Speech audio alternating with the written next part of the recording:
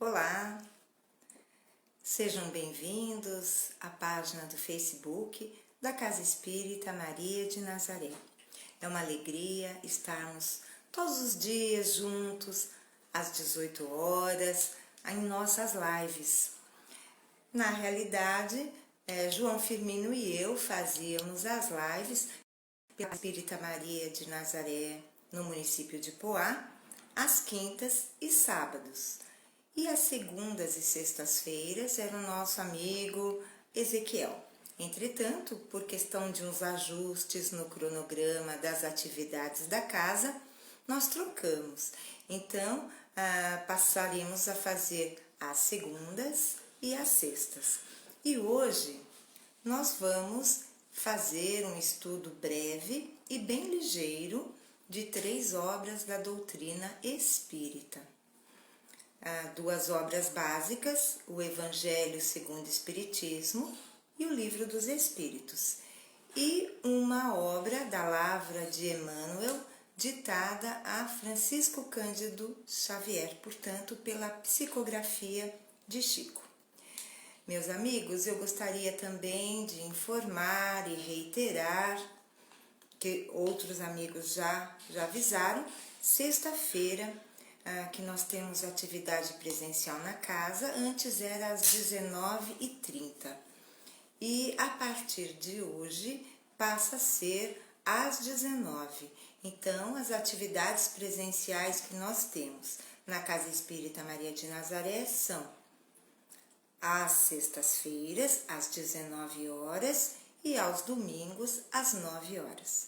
Meus amigos, vamos então dar início à atividade, elevando o nosso pensamento a Deus, buscando nos sintonizar com os bons espíritos que nos envolvem com muito carinho, com muito amor, e ligarmos-nos também à equipe espiritual da Casa Espírita Maria de Nazaré. Fechemos os nossos olhos para melhor nos conduzirmos através da prece.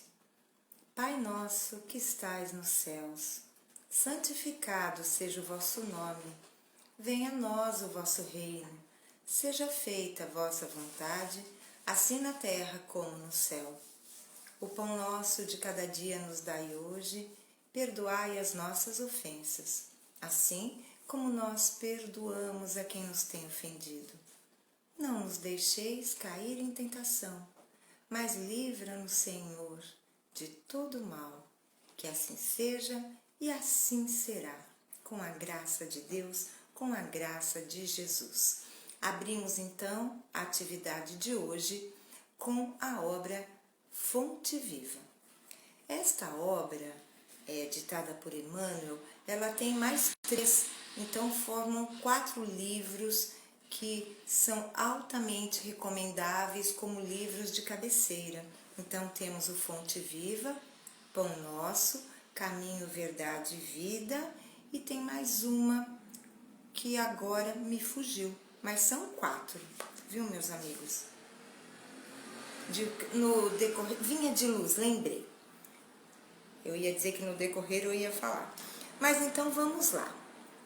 Hoje nós abordaremos do Fonte Viva a lição 109, a exemplo do Cristo.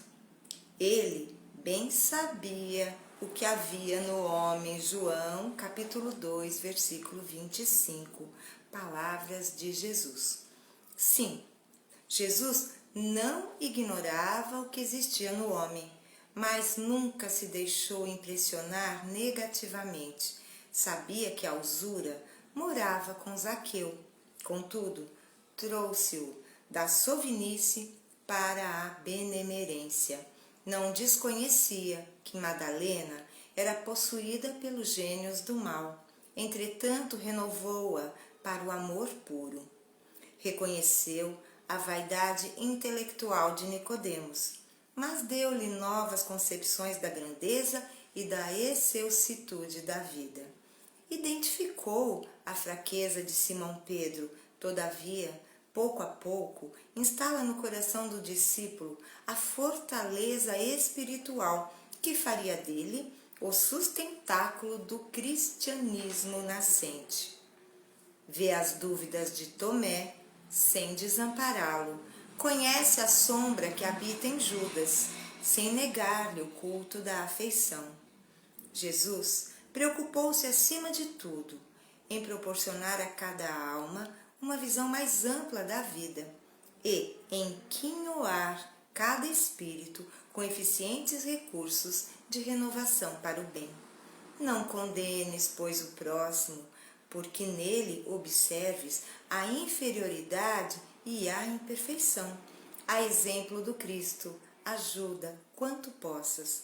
O amigo divino sabe o que existe em nós. Ele não desconhece a nossa pesada e escura bagagem do pretérito, nas dificuldades do nosso presente, recheado de hesitações e de erros, mas nem por isso deixa de estender-nos amorosamente as mãos. A exemplo do Cristo, o que Emmanuel nos motiva, nos incentiva, é seguir de fato o exemplo do Cristo, que conhecia mais do que ninguém as nossas imperfeições. E aí, Emmanuel vai listando personagens da história do cristianismo que conviveram com Jesus e vai, portanto, listando as dificuldades que esses irmãos tinham, mas Jesus, embora não ignorasse essas limitações, essas dificuldades, imperfeições, ele trabalhava da melhor forma possível com essa pessoa, a fim de renová-la para o bem. Então, vejamos Zaqueu.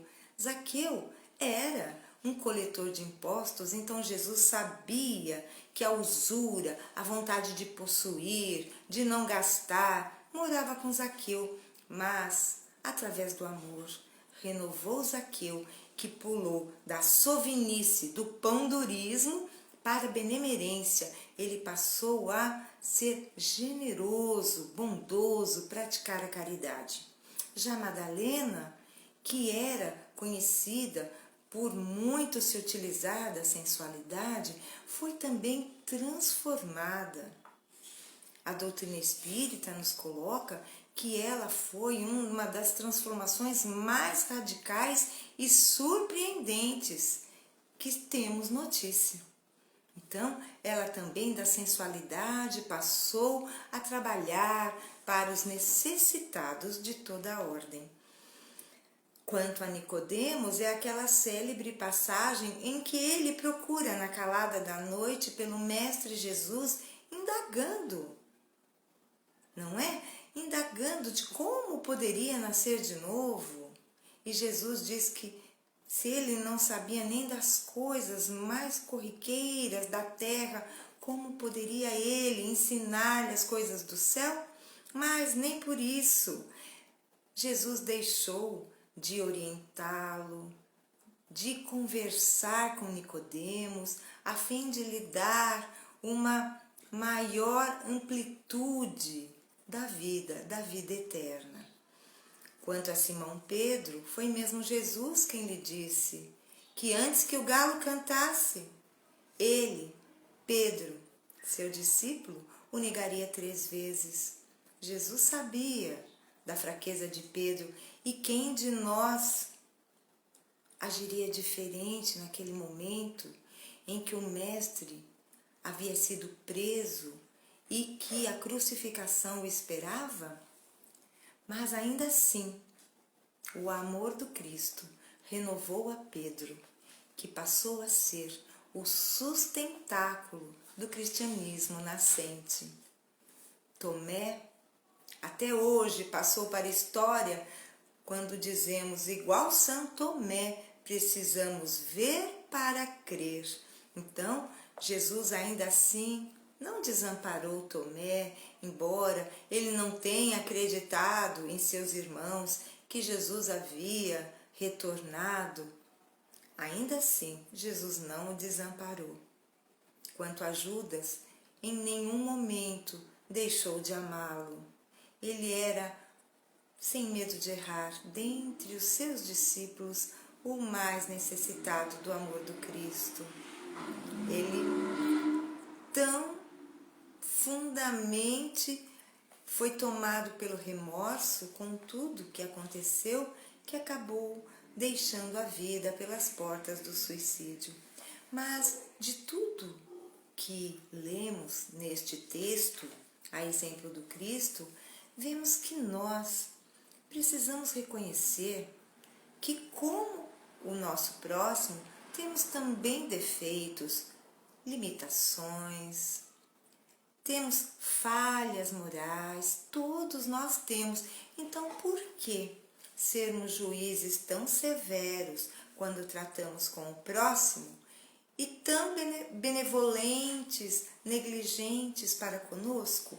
Então, assim, por mais que o nosso próximo, uma pessoa da família, um amigo, um colega de trabalho, um desconhecido, apresente falhas em sua conduta moral, lembremos do Cristo, que sempre trabalhou e esperou pelo melhor.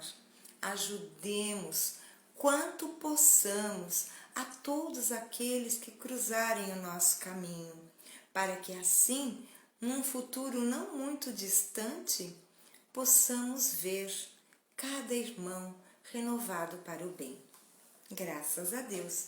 Vamos agora, então, na sequência, estudarmos um pequeno trecho desta obra grandiosa, farol das nossas vidas, que é o Evangelho segundo o Espiritismo.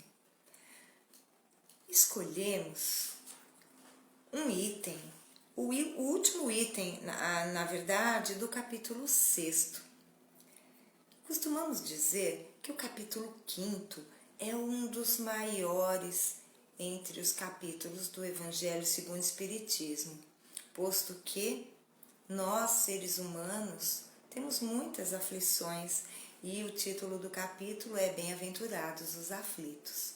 Porém, o capítulo 6º, ao contrário, é um dos mais curtinhos e é esse que nós escolhemos hoje para comentarmos.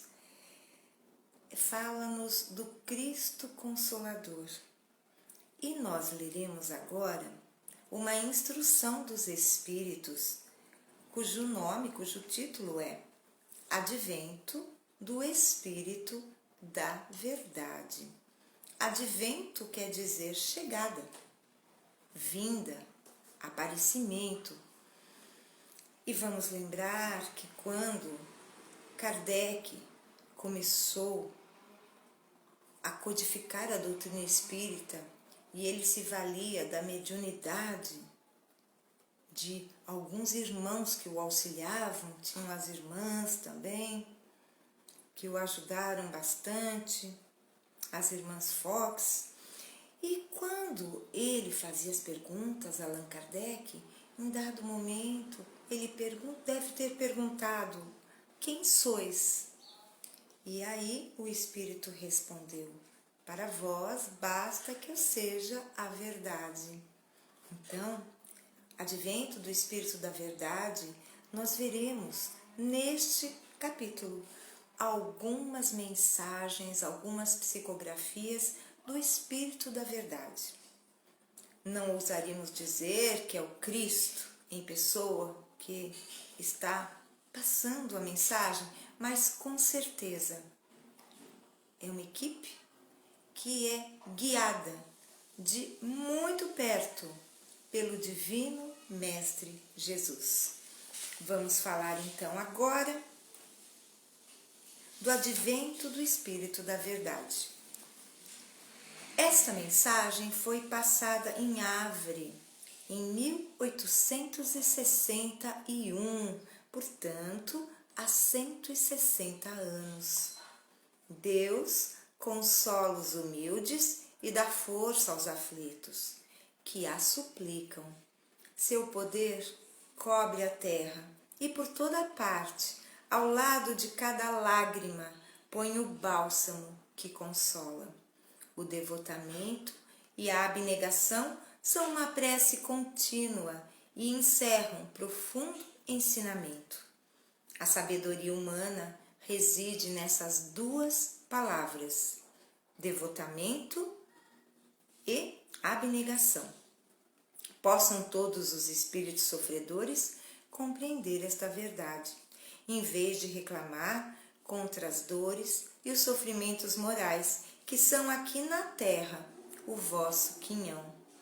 Tomais, pois, por divisa essas duas palavras, devotamento e abnegação, e sereis fortes, porque eles resumem todos os deveres que a caridade e a humildade vos impõem. O sentimento do dever cumprido vos dará a tranquilidade de espírito e a resignação. O coração bate melhor, a alma se acalma e o corpo já não sente desfalecimentos, porque o corpo sofre tanto mais quanto mais profundamente abalado estiver o espírito. Que mensagem profunda e que ensinamento nos traz.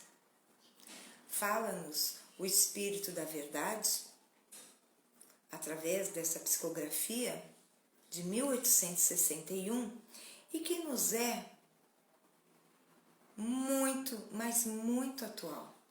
Fala-nos em devotamento e abnegação, mas afinal de contas, o que significam essas duas palavras, devotamento e abnegação? Devotamento é dedicação, empenho, e abnegação quer dizer renúncia. Então, quando nos devotamos ao nosso próximo, a uma causa, à nossa família, aos amigos e até aos inimigos, como Jesus nos recomenda, quando nos dedicamos, estamos colocando em ação o devotamento. Mas não basta nos devotarmos, termos empenho, se em nosso coração reclamamos, lamuriamos, estamos cuidando de nossos pais, mas estamos reclamando. Estamos indo à casa espírita para trabalhar, mas reclamamos porque eu não posso ter vida social, agora eu estou com a minha agenda toda tomada com compromissos espirituais. Ora, então não há abnegação. Então, o Espírito da Verdade nos diz que a sabedoria humana reside nesses dois termos. Pois que, quando nos devotamos, quando praticamos o bem, a caridade, sem esperar recompensa, nem ficar com medo do castigo divino, nós nos resignamos com as situações, porque temos a absoluta certeza que Deus existe. E o Espírito da Verdade nos coloca que a cada lágrima que é vertida, Deus coloca um bálsamo capaz de nos fazer consolar. Às vezes, através da leitura de um livro, por vezes, através de uma conversa com um amigo, um familiar, às vezes até ouvindo uma música que nos traz reminiscências de um passado e ouvimos certas palavras que se encaixam perfeitamente na situação atual que estamos vivendo. Abnegação e devotamento, meus amigos, se assim procedermos, o Espírito da Verdade nos afiança que não teremos a doença do corpo, porque afinal de contas, quem faz o corpo adoecer não é ninguém menos que o Espírito. Por quê? O Espírito é que comanda o corpo e não o contrário. Meus amigos, eu vou ter que parar um minutinho, porque parece-me que um caminhão do lixo está passando e eu vou precisar tirar o carro. Aguarde um momentinho, por favor. Oi!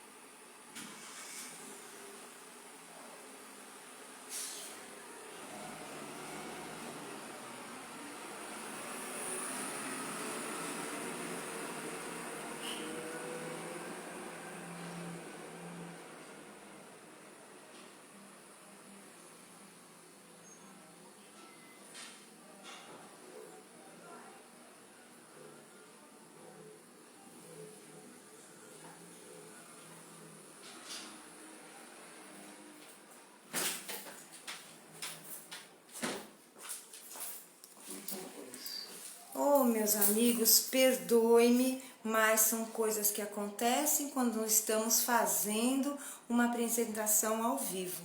Havia um outro carro e o meu. Eu pus assim até em cima da calçada para que houvesse possibilidade de um carro passar. Porém, o caminhão do lixo, por ser muito mais largo que um carro de passeio, não teria condição. Mas não tem problema. Estamos voltando e mais uma vez perdoe-nos pela interrupção. Mas vamos seguir, não é? Nós estávamos falando do Espírito da Verdade, não é? Que nos convoca. A exemplo do Cristo, que foi a mensagem do Fonte Viva, a sermos devotados, a termos renúncia. E dizia o Espírito, né, da Verdade, que a saúde do corpo está diretamente ligada à nossa capacidade de resiliência. Se podemos usar uma palavra mais moderna, o que é a resiliência? É a capacidade de encarar os desafios da vida de uma forma positiva, de não nos desesperarmos, porque o desespero denota ausência de fé. Se nós temos fé e sabemos que Deus, ao lado de cada lágrima, coloca um bálsamo, isso nos dá força para seguir adiante. A certeza de que Deus, em sua infinita misericórdia, não nos desampara jamais. Prova é que mandou o seu Filho, Jesus, filho dele, como todos nós somos filhos também, mas mandou Jesus para que nos mostrasse o caminho seguro a seguir, com amor, com perdão, amando Deus, amando o próximo e amando até os nossos inimigos. Queridos irmãos, se nós nos desesperamos, nos irritamos com qualquer coisa, quem é que vai sofrer? O outro? Não, nós mesmos. A saúde do nosso corpo pode falar por nós. Então, pratiquemos a serenidade, pratiquemos a caridade que vai nos dar a tranquilidade da consciência. E uma consciência tranquila vai fazer de nós, materialmente falando, um corpo saudável. Queridos irmãos, essas eram as nossas considerações a respeito do texto do Evangelho segundo o Espiritismo de hoje. Nós vamos então agora, na sequência, estudarmos uma questão de O Livro dos Espíritos. Lembrando que nós estamos fazendo esse estudo sequencialmente. Na semana passada, lemos a questão 578, que ela se dividia em 578 e 578A. Portanto, hoje nós abordaremos a questão de número 579. Mas para nos situarmos, e porque a questão 578 ela é bem curtinha, eu vou fazer uma pequena retomada para que a gente possa entrar no contexto do tema. Kardec perguntou na questão 578, o espírito pode falir na sua missão por sua culpa? E os espíritos superiores respondem sim, se não for um espírito superior. E a 578A, quais são para eles as consequências? No caso, se o espírito falir na sua missão, quais seriam as consequências?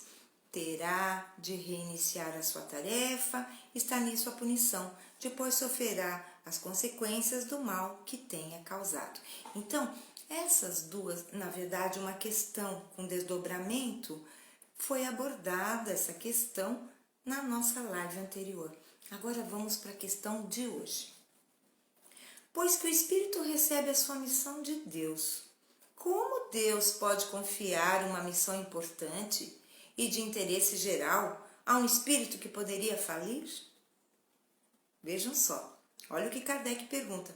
Mas se Deus sabe que ele vai falir, mas por que põe na mão do fulano, do beltrano, aquela missão, sabendo que ele vai falir? Então, aí ele continua na resposta. Deus não sabe se o seu general será vitorioso ou vencido? Ele o sabe, estáis certos. E seus planos, quando importantes, não dependem desses que devem abandonar a obra em meio do trabalho. Toda a questão está para vós no conhecimento do futuro, que Deus possui, mas que não vos é dado. Então, olha só como é que os espíritos respondem no início. Deus não sabe se o general será vitorioso ou vencido? Então, na verdade, o espírito está puxando a orelha da gente, porque nós temos a tendência de contestar os desígnios do Pai. Porque, olha só, com certeza, se na obra não pode haver falhas, com absoluta certeza, Deus designará um espírito altamente superior que não falhará. Então, Deus sabe se vamos falhar, se não vamos, mas Ele nos dá a oportunidade. E se nós falhamos, é porque não temos ainda a superioridade moral e intelectual que a missão exige. Mas como é que nós chegaremos a essa superioridade moral e intelectual que nos permitirá cumprir missões sem falhar? O Espírito da Verdade, no capítulo 6, não exatamente no item que hoje foi lido, que é o item 8, mas ele nos diz, espíritas, se dirigindo diretamente a nós, que somos espíritas. Espíritas, amai-vos, eis o primeiro mandamento. Espíritas, instruí-vos, eis o segundo. São 2 mandamentos e é através desses 2 mandamentos que nós um dia chegaremos a ter essa superioridade intelectual e moral. Intelectual através do conhecimento e moral através da prática da caridade, amando incondicionalmente a todos. Isso não é possível no momento a nenhum de nós, pois que estamos ainda num mundo cuja categoria é de expiação e provas. Estamos, portanto, longe da perfeição. Meus amigos, é impressionante, mas eu vou precisar parar alguns segundinhos, tem algum problema aí na porta. É rapidinho, eu volto, hein? Trabalho. Oi, tudo bem? Ai, eu não posso atender hoje não, meu querido.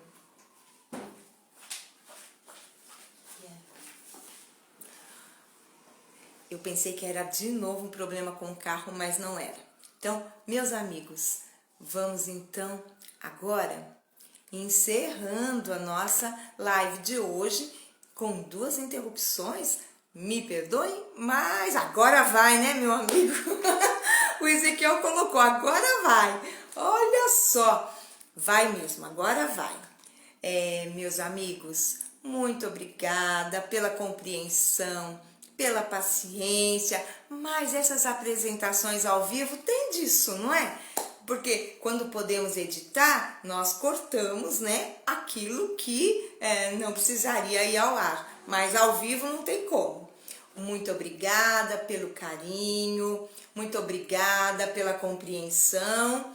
Então vamos juntos agora, unindo os nossos pensamentos, os nossos corações, para agradecermos a vida, agradecermos ao fato de estarmos reencarnados no planeta Terra e mais ainda por estarmos no Brasil, o Brasil, onde o Espiritismo fez morada.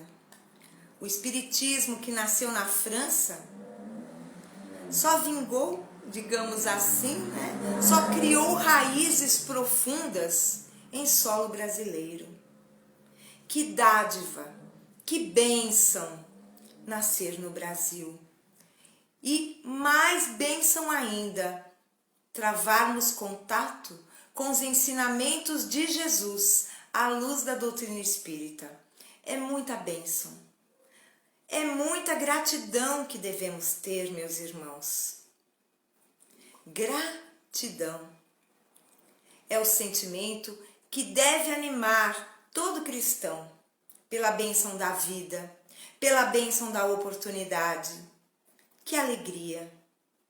Não importa que lá fora esteja a pandemia, mas aqui dentro, em nossos corações, ainda que tenhamos que seguir as orientações das autoridades sanitárias, por respeito ao próximo, por respeito a nós mesmos, mas aqui dentro, em nosso coração, a certeza de que Deus é supremo amor e que jamais nos abandonará, jamais nos deixará a sós.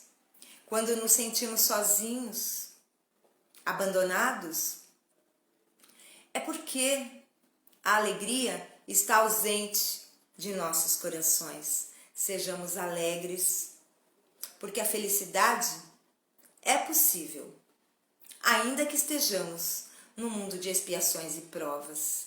E a felicidade está verdadeiramente na prática do bem. Meus amigos, vamos encerrando então, com muita alegria em nossos corações, vamos vibrar juntos, vamos nos interligar isto. Vamos nos interligar com a equipe espiritual da Casa Espírita Maria de Nazaré, que está nos envolvendo com tanto carinho, doando energias raras, amorosas. Fechemos os nossos olhos, enderecemos nossos melhores pensamentos e sentimentos a Maria de Nazaré, nossa Mãe Santíssima. Ave Maria, cheia de graça, o Senhor é convosco. Bendita sois vós entre as mulheres, bendito é o fruto do vosso ventre, Jesus. Santa Maria, Mãe de Jesus, rogai por nós, os seus filhos, agora e na hora do nosso desenlace. Que assim seja e assim será. Até a próxima, meus irmãos. Amanhã fiquem com o nosso amigo querido Ezequiel. Domingo com a amiga Arielle, amiga querida. Segunda-feira eu retorno. Não sei se será possível João continuar me acompanhando devido à mudança, no cronograma da casa. Não sei se será possível, mas quando for possível, tomara que ele me acompanhe, não é verdade? Fiquem com Deus, um ótimo final de sexta-feira, um ótimo final de semana, paz e luz aos nossos corações. Até a próxima, fiquem com Deus.